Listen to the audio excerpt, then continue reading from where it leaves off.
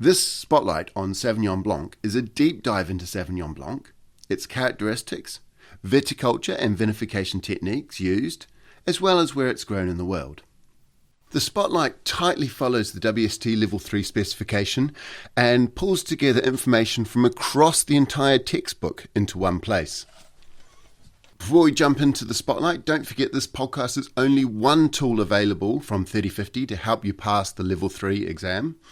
We have some fantastic flashcards, including maps and questions that follow the textbook, exam questions, both multi-choice and short written answer, as well as multi-choice and short written answer questions that you can do at the end of each chapter. All are available to purchase internationally from our website, 3050.co.uk. That's ThirtyFifty, 3050.co.uk. Without further ado, let's get into the spotlight. Sauvignon Blanc, the smelly gooseberry.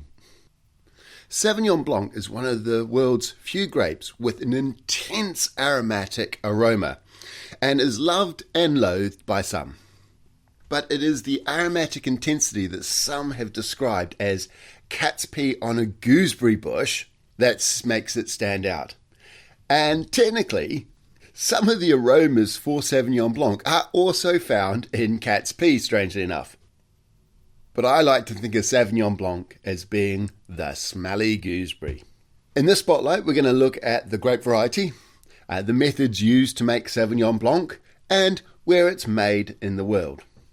And let's start off with the grape variety itself, and it is classified as an aromatic grape variety.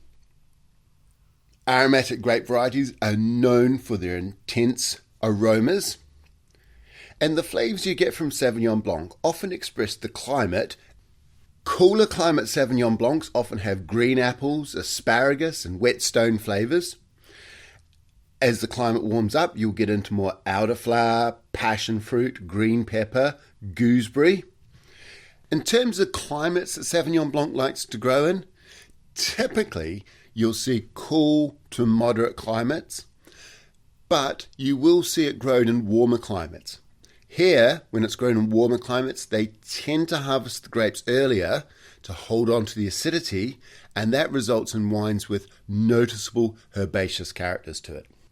Now, just as an aside on gooseberry, most people don't know what gooseberry smells like or tastes like.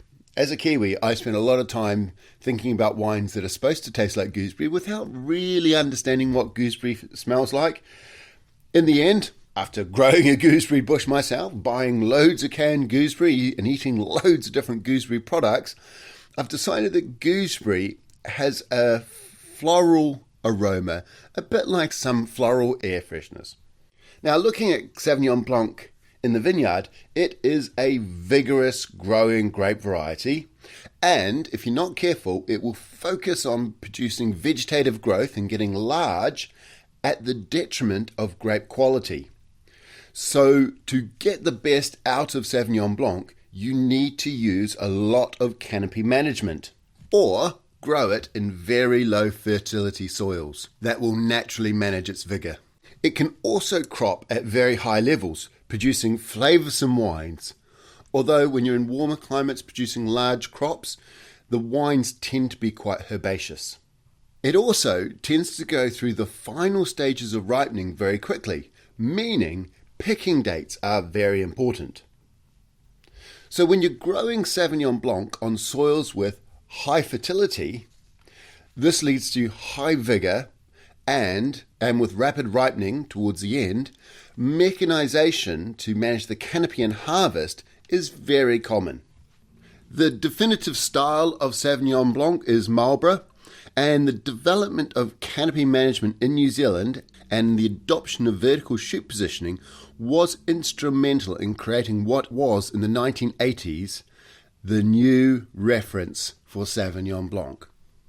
Vertical shoot positioning, or VSP, is a method of training shoots upwards using wires, and by doing so you form a single narrow row of vines in the vineyard.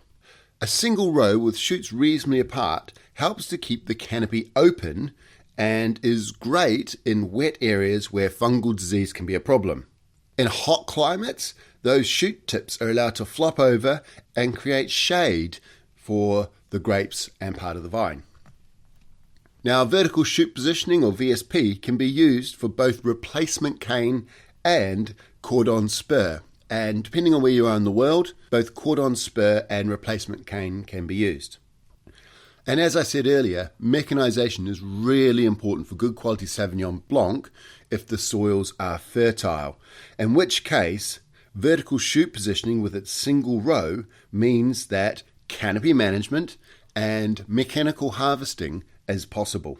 This is one of the reasons why vertical shoot positioning has become such a popular method of trellising all over the world. Let's talk about winemaking. And because Sauvignon Blanc is an aromatic grape variety, most producers try to maintain that aromatic flavours. So unlike grape varieties like Chardonnay or Pinot Gris, which are not aromatic and lend themselves to being mucked around in the winery by the winemaker, most producers don't fiddle around with Sauvignon Blanc too much. You try and make a wine that expresses its natural flavours. So when you're making an aromatic Sauvignon Blanc, grapes and juice need to be handled carefully to retain the fruit and floral aromas. To do this, you might see the grapes being picked at night when the temperatures are cool and oxidation is less likely to occur. Sulfur dioxide levels are kept up during the entire process to protect the wine from oxygen, and that includes pre-flushing much of the equipment such as hoses and presses with either carbon dioxide or nitrogen beforehand. When the grapes come in, they may be crushed and given a little bit of skin contact to extract some more flavours from the skins, or they could be pressed straight away into pre-flushed presses. Clearing the juice is often achieved by settling, and that's done to maintain the purity of the fruit. Unlike in Chardonnays and Pinot Gris, often you want the juice to be fairly clean without too many particles floating in the juice, and that will help give purity of flavour. When it comes to fermentation, stainless steel is often a good choice because that gives you excellent temperature control. However, other inert tanks such as concrete may be used. In general, it's unusual but not unheard of to use oak barrels. Occasionally you will see oak barrels used for fermentation. However, most aromatic styles of Sauvignon Blanc are going for a slow, steady, cool fermentation in stainless steel to encourage the formation of primary flavours from inoculated yeast. And they're usually fermented to dry. The resulting wines are high acid with purity of fruit, and that's desirable. So often things like malolactic fermentation or malolactic conversion, depending on what you call it, but malolactic fermentation would not normally be done because you want to hold on to that acidity and you don't necessarily want to lose any primary fruit flavours. Similarly, lees aging and oak aging is not typical. It's not unheard of, but it's not typical. And we'll give you examples of where oak's been used later on. Most Sauvignon Blancs made in a fruit-forward style will not tend to age. Some producers in moderate to warm regions may blend Sauvignon Blanc with Semillon as well. And the Semillon adds body and ageability, and also, as I said, sometimes with a little bit of oak aging. However, most Sauvignon Blanc is made as a single grape varietal. Sauvignon Blanc's modern home is Marlborough, New Zealand. Here, Sauvignon Blanc is the largest single variety in New Zealand, as well as in Marlborough itself. The style was first produced in the 1980s and took the world by storm and has been copied by many since. Revolutionary work in canopy management in New Zealand helped to manage the fertile valley floors to produce this new style of Sauvignon Blanc. The style was encouraged with Marlborough's intense, long sunshine, and despite it being a cool maritime climate, it still has high diurnals, which help, along with the intense sunshine, to give vibrant fruit with intense aromas and high levels of acidity. Marlborough is divided into two valleys. You've got the Wirral Valley, where the wines tend to produce powerful gooseberries, elderflower, grapefruit and passion fruit styles of wines. And then there's the cooler southern Awatere Valley, and that tends to give wines with higher levels of acidity and more pronounced herbaceous aromas. Think grass, green peppers. New Zealand typically produces fruit-driven styles of wine where they keep the wine away from oxygen during the winemaking process. However, experimentation is common, and you may occasionally see lees or even light oak in New Zealand Sauvignon Blancs. A recent innovation has been the production of sparkling Sauvignon Blancs, and these wines are made using either the tank method or direct carbonation into the wines. Secondary fermentations in bottles are usually not desirable for aromatic wines, as it's thought that the yeasty aromas associated with secondary fermentation in bottles will detract from the primary fruit flavours of Sauvignon Blanc. New Zealand Sauvignon Blanc is grown everywhere in New Zealand, from Nelson, which is right next door to Marlborough at the top of the South Island, but as you head further south you'll see it in South Canterbury as well. Into the warmer North Island, you'll see riper, high-intensity Sauvignon Blancs with elderflower, passion fruit, and tropical fruits. Originally, Sauvignon Blanc came from France, and the closest region of France that produces styles similar to New Zealand is Sancerre, Puy-Fumé, and Menthue-Salon. These are all cool continental regions, and they're at the cool continental end of the Loire Valley. Here, the wines are typically less aromatic than New Zealand, but still with rapier acidity and Sauvignon Blancs with flavours of green apples, asparagus and wet stones. While Puy-Fumé, Sancerre and Menthue-Salon tend to produce the best Sauvignon Blancs in the Loire Valley, most of the Sauvignon Blancs come from further along the valley and are made under the appellation Sauvignon de Touraine. In Sauvignon de Touraine, the wines tend to be simple, fruity, with less concentration. Bordeaux is the only other area in France with a reputation for producing high-quality Sauvignon Blanc. There are growing numbers of single varietal Sauvignon Blanc being made in Bordeaux and sold as AOC Bordeaux. And these single variety Sauvignon Blancs tend to be the exception that proves the rule that all Bordeaux wines are blends. You will see quite a lot of single varietal Sauvignon Blanc. However, the quality Sauvignon Blanc is usually a blend, and it's blended with Semillon and often aged for a period in oak. Semillon adds body and richness and ageability to the wines. Two regions in particular produce different styles of Sauvignon Blanc and Semillon blends.